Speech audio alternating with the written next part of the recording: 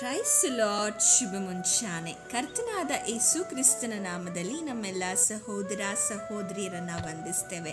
ನೀವಿನ್ನು ನಮ್ಮ ಚಾನಲ್ ಅನ್ನು ಮೊದಲನೇ ಬಾರಿ ವೀಕ್ಷಿಸುತ್ತಿರುವುದಾದರೆ ದಯವಿಟ್ಟು ಸಬ್ಸ್ಕ್ರೈಬ್ ಮಾಡ್ಕೊಳ್ಳಿ, ಲೈಕ್ ಮಾಡಿ, ಶೇರ್ ಮಾಡಿ ಹಾಗೂ ನಿಮ್ಮ ಪ್ರಾರ್ಥನಾ ಮನವಿಗಳನ್ನು ನಮಗೆ ಕಮೆಂಟ್ ಮೂಲಕವಾಗಿ ತಿಳಿಸಬಹುದಾಗಿದೆ.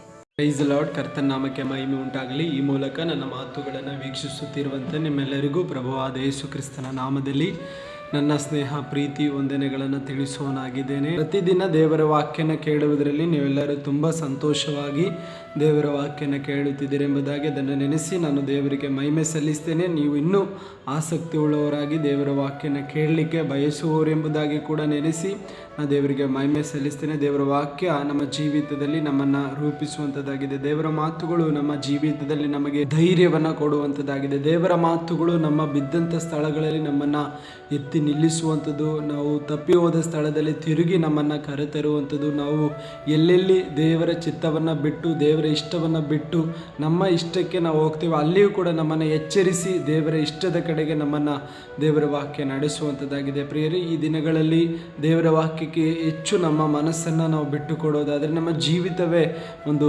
ಆಶೀರ್ವದಿಸಲ್ಪಟ್ಟ ರೀತಿಯಲ್ಲಿ ಮುಂದೆ ಹೋಗಲಿಕ್ಕೆ ಸಹಾಯವಾಗುವಂಥದ್ದಾಗಿದೆ. ಅದರಿಂದ ದೇವರ ವಾಕ್ಯನ ನೀವು ತುಂಬ ಆಸಕ್ತರಾಗಿ ಕೇಳುತ್ತಿದ್ದೀರಿ ಎಂಬುದಾಗಿ ನಾನು ನೆನೆಸೋನಾಗಿದ್ದೇನೆ. ಇನ್ನೂ ಹೆಚ್ಚಾಗಿ ದೇವರ ವಾಕ್ಯಕ್ಕೆ ನಿಮ್ಮ ಮನಸ್ಸನ್ನು ನೀವು ಬಿಟ್ಟುಕೊಡಿ. ಇನ್ನೂ ಹೆಚ್ಚಾಗಿ ದೇವರ ವಾಕ್ಯ ನಿಮ್ಮ ಹೃದಯದಲ್ಲಿ ಕಾರ್ಯ ಮಾಡುವಂಥದ್ದಾಗಿದೆ. ಈ ದಿನದ ವಾಕ್ಯ ಧ್ಯಾನಕ್ಕಾಗಿ ನಮ್ಮ ಕಣ್ಣುಗಳನ್ನು ಮುಚ್ಚೋಣ, ನಾವು ಪ್ರಾರ್ಥನೆ ಮಾಡೋಣ. ಪ್ರೀತಿ ಸ್ವರೂಪನಾದ ತಂದೆಯೇ, ಒಳ್ಳೆ ಸಮಯಕ್ಕಾಗಿ ಸ್ತೋತ್ರ. ಪ್ರತಿದಿನ ನೀವು ನಮ್ಮೊಂದಿಗೆ ಮಾತಾಡಿ ನಮ್ಮನ್ನು ಬಲಪಡಿಸಿ, ನಮ್ಮನ್ನು ಎಚ್ಚರಿಸಿ, ನಮ್ಮನ್ನು ಕ್ರಮಪಡಿಸಿ ನಿನ್ನ ವಾಕ್ಯದ ಮೂಲಕ ನಮ್ಮನ್ನು ದೇವರೇ ನೀವು ಶುದ್ಧೀಕರಿಸ್ತಿದ್ದೀರಿ. ಅದಕ್ಕಾಗಿ ನಿನಗೆ ಮಹಿಮೆ ಸಲ್ಲಿಸ್ತೇವೆ. ಈ ದಿನವೂ ಕೂಡ ನೀವು ನಮ್ಮೊಂದಿಗೆ ಮಾತನಾಡಿರಿ. ನಮ್ಮ ಪರಿಸ್ಥಿತಿಗಳ ಮಧ್ಯದಲ್ಲಿ ನಮ್ಮನ್ನು ನಿಲ್ಲಿಸುವಂಥದ್ದು ನಿನ್ನ ಜೀವವುಳ್ಳ ಮಾತುಗಳಾಗಿದೆ. ಆ ವಾಕ್ಯಗಳ ಮೂಲಕ ಈ ದಿನವೂ ನಾವು ಧೈರ್ಯವನ್ನು ಹೊಂದಿಕೊಳ್ಳಿಕ್ಕೆ, ಬಲವನ್ನು ಹೊಂದಿಕೊಳ್ಳಿಕ್ಕೆ ಬೇಕಾದ ಕೃಪೆಯನ್ನು ನಮಗೆ ದಯಪಾಲಿಸಿರಿ. ನಿನ್ನ ವಾಕ್ಯದ ಮೂಲಕ ನಮ್ಮೆಲ್ಲರೊಂದಿಗೂ ಮಾತನಾಡಿರಿ ಎಂಬುದಾಗಿ ನಿನ್ನ ಕರಗಳಲ್ಲಿ ಒಪ್ಪಿಸ್ತೇವೆ. ಎಲ್ಲ ಘನತೆ ಮಹಿಮೆ ನಿನಗೆ, ಯೇಸುವಿನ ಧನ್ಯನಾಮದಲ್ಲಿ ಸ್ವರ್ಗೀಯ ತಂದೆಯೇ, ಆಮೇನ್.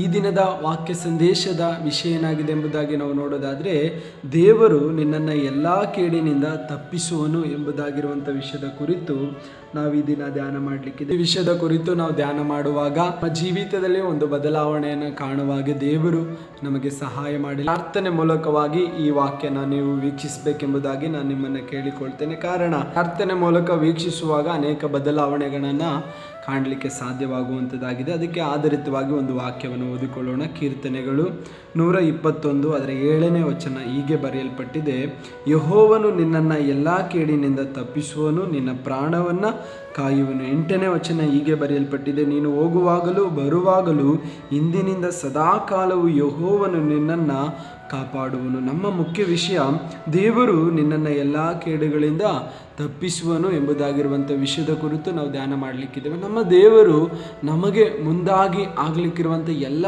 ಕೇಡುಗಳಿಂದ ತಪ್ಪಿಸಿ ನಮ್ಮನ್ನು ಕಾಪಾಡುವಂಥ ದೇವರಾಗಿದ್ದಾರೆ. ಹಾಗಾದರೆ ಪ್ರಿಯರೇ, ನೀವೊಂದು ಬಾರಿ ನೆನೆಸಿ ನೋಡಿ, ಅನೇಕ ಕೇಡುಗಳು ನಿಮಗೆ ಸಂಭವಿಸಬೇಕಾಗಿತ್ತು, ಅನೇಕ ಕೇಡುಗಳು ನಿಮ್ಮ ಜೀವಿತದಲ್ಲಿ ಅನೇಕ ನಷ್ಟಗಳನ್ನು ತರಬೇಕಾಗಿತ್ತು. ಅದೆಲ್ಲದರಿಂದ ದೇವರು ಏನು ಮಾಡ್ತಾ ಇದ್ದಾರೆ ಅಂದರೆ ನಮ್ಮನ್ನು ತಪ್ಪಿಸ್ತಾ ಇದ್ದಾರೆ. ಕೆಲವೊಂದು ಬಾರಿ ನೋಡಿ, ಅಪಘಾತಗಳಿಂದ ದೇವರು ನಮ್ಮನ್ನು ತಪ್ಪಿಸುವಾಗ ನಾವು ದೇವರಿಗೆ ಸ್ತೋತ್ರ ಮಾಡ್ತೇವೆ. ಕೆಲವೊಂದು ಪರಿಸ್ಥಿತಿಗಳಲ್ಲಿ ಒಂದು ವೇಳೆ ಯಾವುದಾದ್ರೂ ಇಕ್ಕಟ್ಟುಗಳಲ್ಲಿ ಸಿಕ್ಕಿಕೊಳ್ಬೇಕಾದ ಸಂದರ್ಭದಲ್ಲಿ, ಒಂದು ವೇಳೆ ಸಾಲದಲ್ಲಿರ್ಬೋದು, ರೋಗದಲ್ಲಿರ್ಬೋದು, ಬೇರೆ ಯಾವುದೋ ಒಂದು ಸಮಸ್ಯೆಯಲ್ಲಿರ್ಬೋದು, ಇಂಥ ಕೇಡುಗಳು ನಮ್ಮ ಜೀವಿತದಲ್ಲಿ ಸಂಭವಿಸುವುದಕ್ಕಿಂತ ಮುಂಚಿತವಾಗಿಯೇ ಅದರಿಂದ ತಪ್ಪಿಸಿ ನಮ್ಮನ್ನು ಕಾಪಾಡುವಂಥ ದೇವರಾಗಿದ್ದರು. ಒಂದು ವೇಳೆ ಅದು ನಮ್ಮ ಜೀವಿತದಲ್ಲಿ ಬಂದರೂ ಕೂಡ ಅದರಿಂದ ಬಿಡಿಸಿ ನಮ್ಮನ್ನು ಕಾಪಾಡುವಂಥ ದೇವರು ನಮ್ಮ ಪ್ರಭುವಾದ ಯೇಸು ಕ್ರಿಸ್ತನಾಗಿದ್ದಾನೆ. ಹಾಗಾದರೆ ಕೇಡಿನಿಂದ ತಪ್ಪಿಸುವಂಥ ನಮ್ಮ ದೇವರನ್ನು ನಾವು ಯಾವಾಗಲೂ ಕೊಂಡಾಡಬೇಕು, ಯಾವಾಗಲೂ ಸ್ತುತಿಸಬೇಕು. ಈ ದಿನಗಳಲ್ಲಿ ನೋಡ್ರಿ, ಮನುಷ್ಯನಿಗೆ ಯಾವ ಸಂದರ್ಭದಲ್ಲಿ ಯಾವ ರೀತಿಯಾದ ಕೇಡುಗಳು ಸಂಭವಿಸ್ತಿದೆ ಅನ್ನೋದು ತಿಳ್ಕೊಳ್ಳಿಕ್ಕೂ ಆಗಲ್ಲ. ಏಕೆಂದರೆ ಒಂದು ಕೇಡು ಸಂಭವಿಸುವಾಗ ಮನುಷ್ಯನು ಅದನ್ನು ನೆನೆಸಿರಲ್ಲ.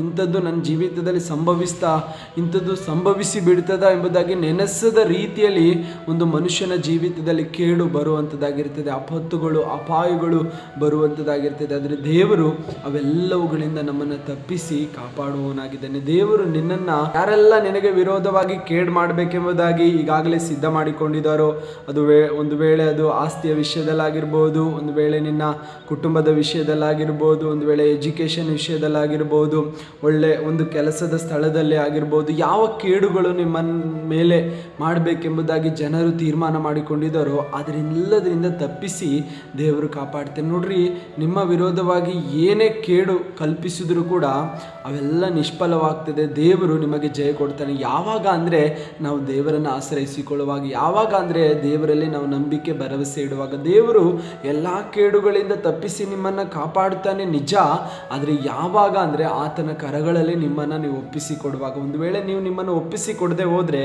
ನಮ್ಮ ಜೀವಿತದಲ್ಲಿ ನಮಗೆ ಮುಂದೆ ಬರುವಂಥ ಕೇಡುಗಳನ್ನು ತಪ್ಪಿಸಿ ಕಾಪಾಡಲಿಕ್ಕೆ ಆಗೋದಿಲ್ಲ. ನೀವು ನಿಮ್ಮನ್ನು ಒಪ್ಪಿಸಿಕೊಟ್ರೆ ಪ್ರಿಯರೇ, ನಿಮ್ಮ ಎಜುಕೇಷನ್ ವಿಷಯದಲ್ಲಿ ಯಾರಾದರೂ ಮಾಡಬೇಕೆಂಬುದಾಗಿ ಪ್ಲಾನ್ ಮಾಡ್ಕೊಂಡಿರೋದಾದರೆ, ನಿನ್ನ ಕೆಲಸದ ಸ್ಥಳದಲ್ಲಿ ಏನಾದರೂ ನಿನ್ನ ಕೆಲಸದಿಂದ ತೆಗಿಸಾಕಬೇಕೆಂಬುದಾಗಿ ಕೇಡು ಮಾಡಲಿಕ್ಕಾಗಿ ಕಾಯ್ದುಕೊಂಡಿರೋದಾದರೆ, ಒಂದು ವೇಳೆ ನಿನ್ನ ಕುಟುಂಬದ ವಿಷಯದಲ್ಲಿ ನಿನ್ನ ಮೇಲೆ ಏನಾದರೂ ಒಂದು ಕೇಡನ್ನು ಮಾಡಬೇಕೆಂಬುದಾಗಿ ಅವಕಾಶ ನೋಡುತ್ತಿರುವುದಾದರೆ, ಇವೆಲ್ಲದರಿಂದ ದೇವರು ನಮ್ಮನ್ನು ತಪ್ಪಿಸಿ ಕಾಪಾಡ್ತಾನೆ. ಯಾವಾಗ ಅಂದರೆ ದೇವರ ಕರಗಳಲ್ಲಿ ನಮ್ಮನ್ನು ಒಪ್ಪಿಸಿಕೊಡುವಾಗ. ಒಂದು ಭಕ್ತನ ಆ ಕೇಡಿನಿಂದ ತಪ್ಪಿಸಿದಂಥ ಒಂದು ವಿಷಯನ ನಾವು ಓದಿಕೊಳ್ಳೋಣ. ಒಂದು ಭಕ್ತನನ್ನು ದೇವರು ತನಗಾಗುವಂಥ ಕೇಡಿನಿಂದ ತಪ್ಪಿಸಿ ತನ್ನನ್ನು ಕಾಪಾಡಿದ್ದಕ್ಕೆ ಕಾರಣ ಏನಂದರೆ, ಆ ಭಕ್ತನು ದೇವರನ್ನು ಆಶ್ರಯಿಸಿಕೊಂಡಿದ್ದರಿಂದಲೇ. ಅದನ್ನು ನಾವು ಓದಿಕೊಳ್ಳೋಣ. ಆದಿಕಾಂಡ ಪುಸ್ತಕ ಅದರ 31ನೇ ಅಧ್ಯಾಯದ 29ನೇ ವಚನ ಹೀಗೆ ಬರೆಯಲ್ಪಟ್ಟಿದೆ: ನಿನಗೆ ಕೇಡು ಮಾಡುವುದಕ್ಕೆ ನನ್ನಲ್ಲಿ ಸಾಮರ್ಥ್ಯ ಉಂಟು, ಆದರೆ ಹೋದ ರಾತ್ರಿಯಲ್ಲಿ ನಿನ್ನ ತಂದೆಯ ದೇವರು ಯಾಕೋಬನಿಗೆ ಏನು ಅನ್ನಬೇಡ, ನೋಡಿಕೋ ಎಂದು ನನಗೆ ಎಚ್ಚರಿಸಿದನು. ನಾವು ಓದಿಕೊಂಡ ವಾಕ್ಯ ನಾವು ಧ್ಯಾನ ಮಾಡಿಕೊಳ್ಳೋದಾದರೆ, ಲಾಬಾನನು, ಯಾಕೋಬನ ಮಾವನಾದಂಥ ಲಾಬಾನನು ಈ ಯಾಕೋಬನಿಗೆ ಕೇಡು ಮಾಡಬೇಕೆಂಬುದಾಗಿ ಯಾಕೋಬನನ್ನು, ಅವರ ಕುಟುಂಬವನ್ನು ಹಿಂಬಾಲಿಸಿಕೊಂಡು ಬರ್ತಾ ಇದ್ದಾನೆ. ಏನಾದರೂ ಒಂದು ಕೇಡು ಅವ್ರಿಗೆ ಮಾಡಬೇಕು ಎಂಬುದಾಗಿ. ಹಾಗೆ ಹಿಂಬಾಲಿಸಿಕೊಂಡು ಬರುವಾಗ ಯಾಕೋಬನು ಏನು ಮಾಡ್ತಾ ಇದ್ದಾನೆ ಅಂದರೆ, ದೇವರ ಮುಂದೆ ಮೊಣಕಾಲೂರಿ ಪ್ರಾರ್ಥಿಸೋದನ್ನು ನಾವು ನೋಡ್ತೇವೆ. ನೋಡಿ, ಯಾಕೋಬನು ದೇವರ ಮುಂದೆ ಮೊಣಕಾಲೂರಿ ಪ್ರಾರ್ಥಿಸಿ ದೇವರನ್ನೇ ಆಶ್ರಯಿಸಿಕೊಂಡು ದೇವರ ಮೇಲೆ ಭರವಸೆ ಇಟ್ಟದ್ರಿಂದ ತನ್ನ ಪ್ರಯಾಣ ಮಧ್ಯದಲ್ಲಿ ತನ್ನ ಮಾವನಾದಂಥ ಲಾಬಾನನು ಕೇಡು ಮಾಡಲಿಕ್ಕಾಗಿ, ತನಗಿದ್ದಂಥನ್ನೆಲ್ಲವನ್ನ ನಷ್ಟಪಡಿಸಲಿಕ್ಕಾಗಿ, ತನಗೆ ವಿರೋಧವಾಗಿ ಕೇಡು ಮಾಡಲಿಕ್ಕಾಗಿ ಹಿಂಬಾಲಿಸಿಕೊಂಡು ಬರುವಾಗ ಯಾಕೋಬನ ಪರವಾಗಿ ದೇವರು ಲಾಬಾನನಿಗೆ ಎಚ್ಚರಿಕೆ ಕೊಡ್ತಾ ಇದ್ದಾರೆ. ಏನಂತ ಎಚ್ಚರಿಕೆ ಕೊಡ್ತಾ ಇದ್ದಾರೆ ಅಂದರೆ, ನಾವು ಈಗಾಗಲೇ ಓದಿಕೊಂಡ ವಾಕ್ಯದಲ್ಲಿ ನಾವು ನೋಡ್ಬೋದು, ನಿನಗೆ ಕೇಡು ಮಾಡುವುದಕ್ಕೆ ನನ್ನಲ್ಲಿ ಸಾಮರ್ಥ್ಯ ಉಂಟು. ಲಾಬಾನನ ಹೇಳುವಂಥ ಮಾತು, ನಿನಗೆ ಕೇಡು ಮಾಡಲಿಕ್ಕೆ ನನಗೆ ಸಾಮರ್ಥ್ಯ ಇದೆ, ಆದರೂ ಕೂಡ ನಾನು ನಿನಗೆ ಕೇಡು ಮಾಡಿಲ್ಲ. ಅಂದರೆ ಹೋದ ರಾತ್ರಿಯಲ್ಲಿ ನಿನ್ನ ತಂದೆಯ ದೇವರು ಯಾಕೋಬನಿಗೆ ಏನು ಅನ್ನಬೇಡ, ನೋಡಿಕೋ ಎಂದು ನನಗೆ ಎಚ್ಚರಿಸಿದನು. ಯಾರು ತಂದೆ? ಇಸಾಕನು ದೇವರಿಗೆ ನಂಬಿಗಸ್ತನಾಗಿ ದೇವರ ಮುಂದೆ ದೇವರ ಒಡಂಬಡಿಕೆಗೆ ಸರಿಯಾಗಿ, ದೇವರು ಹೇಳಿದ ಆ ಮಾರ್ಗಕ್ಕೆ ಸರಿಯಾಗಿ ನಡೆದುಕೊಂಡದ್ರಿಂದ ತನ್ನ ಮಗನಾದಂಥ ಯಾಕೋಬನನ್ನು ದೇವರು ಏನು ಮಾಡ್ತಾ ಇದ್ದಾರೆ? ಕರುಣಿಸ್ತಾ ಇದ್ದಾರೆ, ತನಗಾಗುವ ಕೇಡಿನಿಂದ ತಪ್ಪಿಸ್ತಾ ಇದ್ದಾರೆ. ಹಾಗಾದರೆ ಪ್ರಿಯರೇ, ನಿಮ್ಮ ಜೀವಿತದಲ್ಲಿ ನೀವು ದೇವರಿಗೆ ನಂಬಿಗಸ್ತರಾಗಿ ದೇವರಿಗೆ ಭಯಭಕ್ತಿ ಉಳ್ಳವರಾಗಿ ನಡೆದುಕೊಂಡ್ರೆ ನಿಮ್ಮ ಕುಟುಂಬಕ್ಕೆ ಆಗುವಂಥ ಕೇಡಿನಿಂದ ದೇವರು ತಪ್ಪಿಸ್ತಾರೆ, ನಿಮ್ಮ ಮಕ್ಕಳಿಗೆ ಆಗುವಂಥ ಕೇಡಿನಿಂದ ದೇವರು ತಪ್ಪಿಸ್ತಾರೆ. ಒಂದು ವೇಳೆ ಅಪಘಾತದಲ್ಲಾಗಿರ್ಬೋದು, ಒಂದು ವೇಳೆ ಹೋಗುವಂಥ ಸ್ಥಳಗಳಲ್ಲಾಗಿರ್ಬೋದು, ಏನೆಲ್ಲ ಕೇಡುಗಳು ನಿಮ್ಮ ಜೀವಿತದಲ್ಲಿ ಅಥವಾ ನಿಮ್ಮ ಕುಟುಂಬದಲ್ಲಿ, ನಿಮ್ಮ ಮಕ್ಕಳಲ್ಲಿ, ನಿಮ್ಮ ವಿದ್ಯಾಭ್ಯಾಸದಲ್ಲಿ, ಕೆಲಸದಲ್ಲಿ ಸಂಭವಿಸಬೇಕು ಅಂತ ಇರ್ತದೋ ಅದೆಲ್ಲದರಿಂದ ದೇವರು ತಪ್ಪಿಸ್ಬೇಕಂದ್ರೆ ಈಸಾಕನ ಹಾಗೆ ನೀವು ದೇವರ ಬಳಿಯಲ್ಲಿ ಭಯಭಕ್ತಿಯಿಂದ ನಡೆದುಕೊಳ್ಬೇಕು. ಈಸಾಕನ ಹಾಗೆ ದೇವರಲ್ಲಿ ನಂಬಿಗಸ್ತರಾಗಿರಬೇಕು. ಆಗ ನಿಮ್ಮ ಮಕ್ಕಳ ಮೇಲೆ ದೇವರು ತನ್ನ ಕರುಣೆಯನ್ನು ಇಟ್ಟು ನಿಮ್ಮ ಮಕ್ಕಳಿಗಾಗುವಂಥ ಕೇಡಿನಿಂದ ದೇವರು ತಪ್ಪಿಸ್ತಾರೆ. ಇಲ್ಲಿ ಲಾಬಾನನು ಕೇಡು ಮಾಡಲಿಕ್ಕೆ ಬಂದಾಗ ಯಾಕೋಬನ ಪರವಾಗಿ ದೇವರು ಎಚ್ಚರಿಕೆ ಕೊಡಬೇಕಂದ್ರೆ, ನಿನ್ನ ತಂದೆಯ ದೇವರೆಂಬುದಾಗಿ ದೇವರು ಹೇಳಲಿಕ್ಕೆ ಕಾರಣ ಅಂದರೆ, ದೇವರಿಗೆ ಮೆಚ್ಚುಗೆ ಉಳ್ಳವನಾಗಿದ್ದ ತಂದೆ, ದೇವರಿಗೆ ಇಷ್ಟವುಳ್ಳವನಾಗಿದ್ದ, ದೇವರ ಇಷ್ಟವನ್ನು ನೆರವೇರಿಸುವವರಾಗಿದ್ದರು ಯಾರು? ಇಸಾಕನು. ಅದರಿಂದಲೇ ಯಾಕೋಬನ ಪರವಾಗಿ ದೇವರು ಲಾಬಾನನಿಗೆ ಎಚ್ಚರಿಕೆ ಕೊಡುವಾಗ ಲಾಬಾನನ ಹತ್ರ ಹೇಳಿದ ಮಾತು, ನಿನ್ನ ತಂದೆಯ ದೇವರು. ನಿನ್ನ ದೇವರು ಎಂಬುದಾಗೆಲ್ಲ ನಿನ್ನ ತಂದೆಯ ದೇವರು ಎಂಬುದಾಗಿ ಹೇಳ್ತಾ ಇದ್ದಾನೆ. ಅಂದರೆ ನಿನ್ನ ತಂದೆಯ ದೇವರಾಗಿರುವಂಥ ದೇವರು ಏನು ಮಾಡ್ತಾ ಇದ್ದಾರೆ? ಎಚ್ಚರಿಕೆಯನ್ನು ಕೊಡ್ತಾ ಇದ್ದಾರೆ. ನನಗೆ ಏನಂತ ಯಾಕೋಬನಿಗೆ ಏನು ಕೇಡು ಮಾಡಬೇಡ. ಹಾಗಾದರೆ ಪ್ರಿಯರೇ, ಒಂದು ನಾವು ಭಯಭಕ್ತಿಯಿಂದ ದೇವರಲ್ಲಿ ನಡ್ಕೊಳ್ಳೋದಾದರೆ ನಮ್ಮ ಮಕ್ಕಳಿಗಾಗುವ ಆಗುವಂಥ ಕೇಡಿನಿಂದ ದೇವರು ತಪ್ಪಿಸ್ತಾರೆ. ಮತ್ತೆ ನಾವು ನೋಡ್ಬೋದು, ಯಾಕೋಬನು ಏನು ಮಾಡ್ತಾ ಇದ್ದಾನೆ ಅಂದರೆ, ಯಾಕೋಬನು ಕೂಡ ತಂದೆಯೋಪಾದಿಯಲ್ಲಿ ದೇವರನ್ನೇ ಆಶ್ರಯಿಸಿಕೊಳ್ತಾ ಇದ್ದಾನೆ. ಏನಂದರೆ ದೇವರ ಮುಂದೆ ಮೊಣಕಾಲೂರೋದು, ದೇವರನ್ನೇ ನೋಡೋದು, ದೇವರ ಮುಖವನ್ನೇ ನೋಡೋದು, ಅದೇ ತನ್ನ ಅಭ್ಯಾಸವಾಗಿತ್ತು. ನಾವು ಮುಂದುವರಿಸಿ ನೋಡೋದಾದರೆ, ದೇವರ ಮುಂದೆ ಮೊಣಕಾಲೂರಿ ದೇವರೊಂದಿಗೆ ಹೋರಾಡಿ ಆಶೀರ್ವಾದವನ್ನು ಪಡ್ಕೊಳ್ಳಿಕ್ಕೆ ಯಾಕೋಬನು ಮುಂದಾಗ್ತಿದ್ದಾನೆ. ಹಾಗಾದರೆ ಪ್ರಿಯರೇ, ದೇವರ ಮುಂದೆ ಮೊಣಕಾಲೂರುವ ಒಂದು ಭಕ್ತನ ಜೀವಿತದಲ್ಲಿ ದೇವರು ಅನೇಕ ಬದಲಾವಣೆಗಳನ್ನು, ಅನೇಕ ಕಾರ್ಯಗಳನ್ನು ಅವರ ಜೀವಿತದಲ್ಲಿ ಮಾಡಿಕೊಡ್ತಾರೆ. ಮುಖ್ಯವಾಗಿ ಒಂದು ಭಕ್ತನಿಗೆ ಕೇಡು ಸಂಭವಿಸದ ರೀತಿಯಲ್ಲಿ ತನ್ನ ಕರಗಳಲ್ಲಿ ತಾನು ಏನು ಮಾಡ್ತಾನೆ, ತಪ್ಪಿಸಿ ಕಾಪಾಡುವವನಾಗಿದ್ದಾನೆ. ಹಾಗಾದರೆ ಪ್ರಿಯರೇ, ದೇವರ ಮುಂದೆ ನೀವು ಹೆಚ್ಚು ಸಮಯ ಕಳೆಯುವಾಗ, ಹೆಚ್ಚು ಮೊಣಕಾಲೂರುವಾಗ, ದೇವರ ಮುಂದೆ ಕುಂತು ಪ್ರಾರ್ಥಿಸಿಕೊಳ್ಳುವಾಗ, ದೇವರಿಗೆ ಇಷ್ಟವಾಗಿ ನೀವು ನಡ್ಕೊಳ್ಳುವಾಗ, ದೇವರು ಮೆಚ್ಚುವ ರೀತಿಯಲ್ಲಿ ನಿಮ್ಮ ಜೀವಿತವನ್ನು ರೂಪಿಸಿಕೊಂಡು ಕಟ್ಟಿಕೊಳ್ಳುವಾಗ, ದೇವರು ಮೆಚ್ಚುವ ಹಾದಿಯಲ್ಲಿ ನೀವು ನಡೆಯುವಾಗ, ದೇವರಿಗೆ ಇಷ್ಟವುಳ್ಳವರಾಗಿ ಮಾರ್ಪಡುವಾಗ,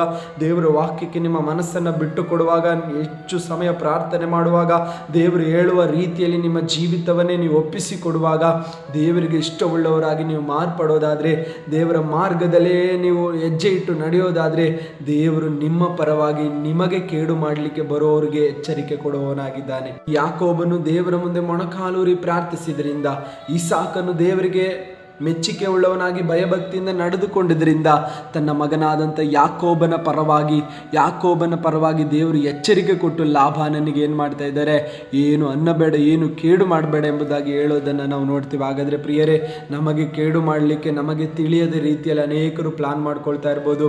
ನಮಗೆ ವಿರೋಧವಾಗಿ ಹೇಳಲಿಕ್ಕಾಗಿ ಅನೇಕರು ಈಗಾಗಲೇ ಸಿದ್ಧವಾಗ್ತಾ ಇರ್ಬೋದು. ಅದು ನಮಗೆ ತಿಳಿಯದೇ ಇರ್ಬೋದು. ಯಾರೆಲ್ಲ ನಮ್ಮ ಜೀವಿತದಲ್ಲಿ ಕೇಡು ಮಾಡಬಹುದು, ಯಾರು ಕೇಡು ಮಾಡಲಿಕ್ಕೆ ಸಿದ್ಧರಾಗ್ತಾ ಇದ್ದಾರೆ ಎಂಬುದಾಗಿರುವಂಥ ವಿಷಯ ನಮಗೆ ಅರಿವಿಲ್ಲದೆ ಇರ್ಬೋದು. ಆದರೆ ನೀವು ದೇವರಲ್ಲಿ ಮೊಣಕಾಲೂರಿ ಪ್ರಾರ್ಥಿಸೋದಾದರೆ, ನೀವು ಮೊಣಕಾಲೂರಿ ದೇವರ ಹತ್ರ ಹೋರಾಡಿ, ದೇವರ ಸಂರಕ್ಷಣೆಯಲ್ಲಿ ನಿಮ್ಮನ್ನು ನೀವು ಒಪ್ಪಿಸಿಕೊಡೋದಾದರೆ, ನಿಮಗೆ ಯಾವ ಕೇಡು ಸಂಭವಿಸದ ರೀತಿಯಲ್ಲಿ ಎಲ್ಲ ಕೇಡುಗಳಿಂದ ನಿಮ್ಮನ್ನು ತಪ್ಪಿಸಿ ಕಾಯುವಾತನೇ ನಮ್ಮ ಪ್ರಭುವಾದ ಯೇಸು ಕ್ರಿಸ್ತನಾಗಿದ್ದಾನೆ. ಹಾಗಾದರೆ ಪ್ರಿಯರೇ, ಯಾವುದಾದ್ರೂ ಕೇಡು ಸಂಭವಿಸಬಹುದು ಅನ್ನೋ ಪರಿಸ್ಥಿತಿಗೆ ಬಂದರೂ ಕೂಡ ದೇವರು ನಿಮ್ಮನ್ನು ಕೈ ಬಿಡಲ್ಲ. ತನ್ನ ಶಿಷ್ಯರು ಸಮುದ್ರದಲ್ಲಿ ಪ್ರಯಾಣ ಮಾಡುವಾಗ ಗಾಳಿ ಅಲೆಗಳು ಎದ್ದು ಅವರನ್ನು ಕೇಡು ಮಾಡಿ ಅವರನ್ನು ಇಲ್ಲದ ಹಾಗೆ ಮಾಡಲಿಕ್ಕಾಗಿ ಬಂದರೂ ಕೂಡ ದೇವರು ಅದೆಲ್ಲದರಿಂದ ಅವರನ್ನು ತಪ್ಪಿಸಿ ಕಾಪಾಡಿದ್ದಾನೆ. ಪ್ರಿಯರೇ, ಹಾಗಾದರೆ ನಿಮ್ಮ ಜೀವಿತದಲ್ಲಿ ಯಾರೆಲ್ಲ ನಿಮಗೆ ವಿರೋಧವಾಗಿ ಕೇಡು ಮಾಡಲಿಕ್ಕೆ ನಿಮ್ಮನ್ನು ಹಿಂಬಾಲಿಸಿಕೊಂಡು ನಿಮ್ಮ ಜೀವಿತವನ್ನು, ನಿಮ್ಮ ಕುಟುಂಬವನ್ನು, ನಿಮ್ಮ ಕೆಲಸವನ್ನು ಇಲ್ಲದ ರೀತಿಯಲ್ಲಿ, ನಿಮ್ಮ ಸೇವೆಯನ್ನು ಕೂಡ ಇಲ್ಲದ ರೀತಿಯಲ್ಲಿ ಈ ಭೂಲೋಕದಲ್ಲಿ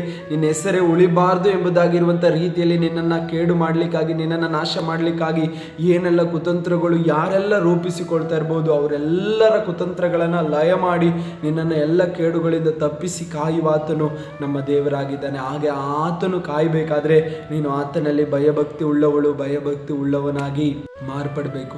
ಆತನಿಗೆ ಮೆಚ್ಚುಗೆಯಾಗಿ ನಡ್ಕೊಳ್ಬೇಕು. ಆತನಿಗೆ ಮೆಚ್ಚುಗೆ ಆದವರನ್ನು ಆತನು ಯಾವ ಕೇಡು ಸಂಭವಿಸದ ರೀತಿಯಲ್ಲಿ ಕಾಪಾಡುವವನಾಗಿದ್ದಾನೆ. ಆತನಿಗೆ ಮೆಚ್ಚುಗೆ ಆದರೆ ಸಾಕ್ರಿ, ನಮ್ಮ ಜೀವಿತದಲ್ಲಿ ಯಾವ ಕೇಡುಗಳು ನಮ್ಮ ಜೀವಿತದಲ್ಲಿ ಬಂದರೂ ಕೂಡ ನಮಗೆ ಕೇಡಾಗಿ ಕಾಣದೆ ಅದೇ ಒಂದು ಆಶೀರ್ವಾದವಾಗಿ ಮಾರ್ಪಡುವಂಥದ್ದಾಗಿದೆ. ಇಲ್ಲಿ ನಾವು ಓದಿಕೊಂಡಿದ್ದೇವೆ, ಯಾವ ಕೇಡು ಸಂಭವಿಸದ ರೀತಿಯಲ್ಲಿ ಎಲ್ಲ ಕೇಡುಗಳಿಂದ ನಮ್ಮನ್ನು ತಪ್ಪಿಸಿ ಕಾಯುವ ಆತನು ನಮ್ಮ ದೇವರಾಗಿದ್ದಾನೆ. ಹಾಗಾದರೆ ಪ್ರಿಯರೇ, ದೇವರು ನಿಮ್ಮನ್ನು ತಪ್ಪಿಸಿ ಕಾಯುವುದರಿಂದ ನಿಮ್ಮನ್ನು ಪರಿಪೂರ್ಣವಾಗಿ ದೇವರ ಕರಗಳಿಗೆ ಒಪ್ಪಿಸಿಕೊಡ್ತೀರಾ. ದೇವರೇ, ನಾನು ನಿನ್ನ ಕರಗಳಲ್ಲಿ ಒಪ್ಪಿಸಿಕೊಡ್ತೇನೆ, ನಾನು ನಿನ್ನ ಮುಂದೆ ಮೊಣಕಾಲೂರ್ತೇನೆ. ನೀವು ನಿಮಗೆ ಕೇಡಾಗದ ರೀತಿಯಲ್ಲಿ ನಿಮ್ಮನ್ನು ನೀವು ಸಂರಕ್ಷಿಸಿಕೊಳ್ಳೋದು ಬೇಡ. ಯಾಕೆಂದರೆ ನೀವು ಎಷ್ಟೇ ಸಂರಕ್ಷಿಸಿಕೊಂಡ್ರೂ ಕೇಡು ಮಾಡುವವರು ನಿಮಗೆ ಕೇಡು ಮಾಡಿಬಿಡ್ತಾರೆ. ನೀವು ದೇವರ ಕರಗಳಲ್ಲಿ ನಿಮ್ಮನ್ನು ಒಪ್ಪಿಸಿಕೊಡೋದಾದರೆ, ದೇವರ ಮುಂದೆ ಮೊಣಕಾಲೂರೋದಾದರೆ ದೇವರು ಅದರಿಂದ ತಪ್ಪಿಸ್ತಾರೆ. ಇಲ್ಲಿ ನೋಡಿ, ಯಾಕೋಬನು ಲಾಬಾನನಿಗೆ ಕೇಡು ಮಾಡದ ರೀತಿಯಲ್ಲಿ ತಡೀಲಿಕ್ಕೆ ಹೋಗಿರೋದಾದರೆ, ಲಾಬಾನನು ಯಾಕೋಬನಿಗೆ ವಿರೋಧವಾಗಿ ಅನೇಕ ಕೇಡುಗಳನ್ನು ಮಾಡಿಬಿಡ್ತಾ ಇದ್ರು. ಆದರೆ ಲಾಬಾನನ ವಿರೋಧವಾಗಿ ಯಾಕೋಬನು ಹೇಳದೆ ಅವನು ಮಾಡುವಂಥ ಕೇಡಿನಿಂದ ತಪ್ಪಿಸಿಕೊಳ್ಳಿಕ್ಕಾಗಿ ಪ್ಲಾನ್ ಮಾಡದೆ ದೇವರ ಮುಂದೆ ಮೊಣಕಾಲೂರ್ತಾ ಇದ್ದಾನೆ. ಹಾಗಾದರೆ ಪ್ರಿಯರೇ, ನಿಮ್ಮ ಜೀವಿತದಲ್ಲಿ ಯಾರೆಲ್ಲ ನಿಮ್ಮನ್ನು ಹಿಂಬಾಲಿಸಿಕೊಂಡು ಕೇಡು ಮಾಡಲಿಕ್ಕೆ ಬರ್ತಾ ಇದ್ರು ಪರವಾಗಿಲ್ಲ, ಅವರ ಜೀವಿತದಲ್ಲಿ ಅವರು ಮಾಡಲಿಕ್ಕೆ ಕೇಡು ಏನೆಲ್ಲ ಪ್ಲಾನ್ಗಳನ್ನು ಮಾಡಿಕೊಂಡಿದ್ರು ಪರವಾಗಿಲ್ಲ. ಅದರ ಮಧ್ಯದಲ್ಲಿ ನೀನು ಮಾಡಬೇಕಾದದ್ದು ಅವರಿಗೆ ವಿರೋಧವಾಗಿ ಎದ್ದು ನಿಂತು ಏನೋ ಒಂದು ಮಾತಾಡಲಿಕ್ಕಲ್ಲ, ದೇವರ ಮುಂದೆ ಮೊಣಕಾಲು ಆತನಿಗೆ ನಿನ್ನನ್ನು ನೀನು ಒಪ್ಪಿಸಿಕೊಟ್ಟು ಪ್ರಾರ್ಥನೆ ಮಾಡಿಕೊಳ್ಳೋದಾದರೆ, ನನ್ನ ಸಂರಕ್ಷಕನು ಕಾಯುವಾತನು ನೀನೇ ಎಂಬುದಾಗಿ ಹೇಳೋದಾದರೆ ನಿನ್ನ ಜೀವಿತದಲ್ಲಿ ಏನು ಕೇಡು ಸಂಭವಿಸದ ರೀತಿಯಲ್ಲಿ ನಿನ್ನನ್ನು ಕಾಯುವಾತನೇ ನಮ್ಮ ಪ್ರಭುವಾದ ದೇವರಾಗಿದ್ದಾನೆ. ಹಾಗಾದರೆ ಕಣ್ಣುಗಳನ್ನು ಮುಚ್ಚೋಣ, ನಮ್ಮ ಕಾಯುವಾತನಿಗೆ ನಮ್ಮನ್ನು ಒಪ್ಪಿಸಿಕೊಡೋಣ. ಪ್ರೀತಿ ಸ್ವರೂಪನಾದ ತಂದೆ, ಒಳ್ಳೆ ಸಮಯಕ್ಕಾಗಿ ಸ್ತೋತ್ರ. ಯಾವ ಕೇಡು ಸಂಭವಿಸದ ರೀತಿಯಲ್ಲಿ ಕಾಯುವಾತನು ನೀನಾಗಿದೆ. ದೇವರು ಎಲ್ಲ ಕೇಡುಗಳಿಂದ ನಿನ್ನನ್ನು ತಪ್ಪಿಸಿ ಕಾಯುತ್ತಾನೆ ಎಂಬುದಾಗಿ ನಾವು ಓದಿಕೊಂಡಿದ್ದೇವೆ ಸ್ವಾಮಿ. ಈ ದಿನದ ವಾಕ್ಯ ಸಂದೇಶದ ವಿಷಯವಿದಾಗಿದೆ. ದೇವರು ನಿನ್ನನ್ನು ಎಲ್ಲ ಕೇಡುಗಳಿಂದ ತಪ್ಪಿಸುವನು ಎಂಬುದಾಗಿ. ಹಾಗೆಯೇ ನಮ್ಮ ಜೀವಿತದಲ್ಲಿ ಏನೆಲ್ಲ ಕೇಡುಗಳನ್ನು ಶತ್ರು ಆದವನು ರೂಪಿಸಿಕೊಂಡಿದ್ದಾನೆ ಅದೆಲ್ಲದರಿಂದ ತಪ್ಪಿಸಿ ಕಾಪಾಡು, ನೀ ನಡೆಸು. ಎಲ್ಲ ಘನತೆ ಮಹಿಮೆ ನಿನಗೆ, ಯೇಸುವಿನ ನಾಮದಲ್ಲಿ ತಂದೆಯೇ, ಆಮೇನ್ ಆಮೇನ್. ದೇವರು ಈ ವಾಕ್ಯದ ಮೂಲಕ ನಿಮ್ಮನ್ನು ಆಶೀರ್ವದಿಸಲಿ.